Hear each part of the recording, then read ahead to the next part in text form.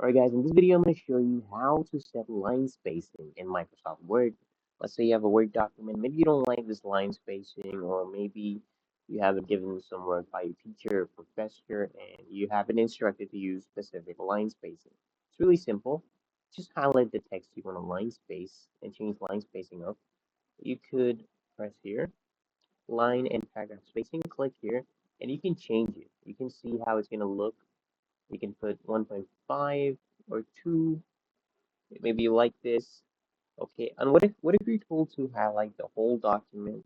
Do it for the whole document. Just press Control plus A, highlight the whole document, or you can manually highlight everything. So I've highlighted everything here.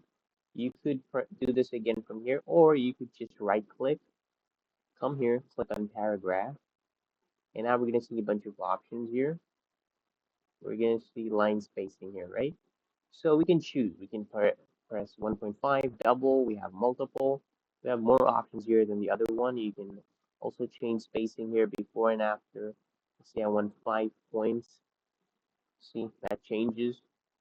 So yeah, there's many options here. You can press OK, and boom, the line spacing has changed.